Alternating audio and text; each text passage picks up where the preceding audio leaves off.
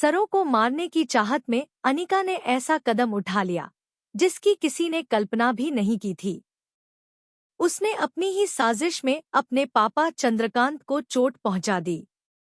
अब चंद्रकांत गंभीर हालत में अस्पताल में भर्ती हैं। दोस्तों, सरो की जिंदगी में आने वाला ट्विस्ट वाकई जबरदस्त है। अब तक जो अनिका मासूम बनकर सभी का भरोसा जीत रही थी, वो असल में कितना खतरनाक खेल खेल रही थी, ये अब सबके सामने आने लगा है। जी हाँ, अनिका ने भोली भाली सीधी सादी लड़की का चोला ओढ़ रखा था ताकि सब उसे अच्छे इंसान के तौर पर देखें, लेकिन उसका असली चेहरा अब सरो के सामने आ चुका है। सरो चाहे कितनी भी परेशानियों से गुजरी हो, लेकिन उसने हमेशा वेद पर विश्वास किया।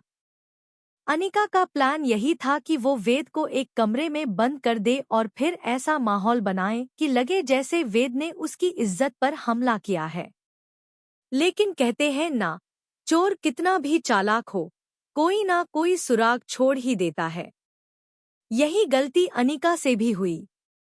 सरो को ये बात समझ में आ गई कि अनिका ही वेद को गलत कमरे में लेकर गई थी और उसे नशीली दवा दी थी।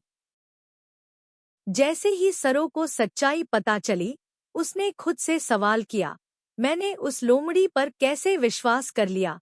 इसके बाद वह वेद को उस कमरे से बाहर निकालती है और अनिका को कुर्सी से बांधकर अपनी दोस्त फुल्ला से कहती है कि वो उस पर नजर रखे।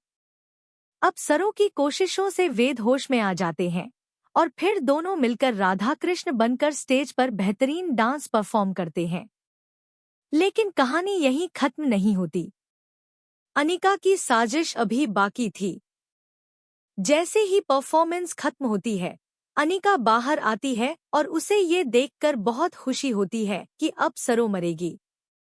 दरअसल उसने स्टेज पर एक मटका जैसा डिवाइस लटकाया होता है, जिसमें ब्लास्टिंग मटेरियल होता है और उसका रिमोट खुद अनिका के पास होता है।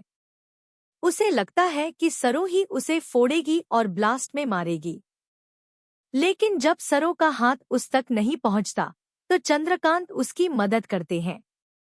जैसे ही वो मटका फूटता है, जोरदार धमाका होता है और चंद्रकांत बुरी तरह घायल हो जाते हैं। अब अनिका के होश उड़ जाते हैं, क्योंकि वो धमाका सरो के लिए था, लेकिन नुकसान चंद्रकांत को हो गया। और सबसे बड़ा ट्विस्ट यह है कि अनिका और सरो के पापा एक ही है, चंद्रकांत। लेकिन सरो को अभी तक नहीं पता कि चंद्रकांत उसके असली पापा है। चंद्रकांत को फौरन अस्पताल ले जाया जाता है।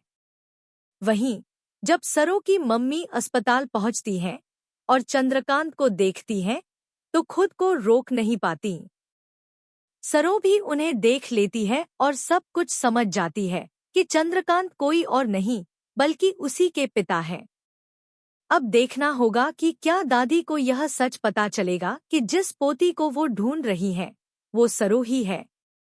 क्या चंद्रकांत को भी यह पता चलेगा कि सरो ही उनकी सगी बेटी है?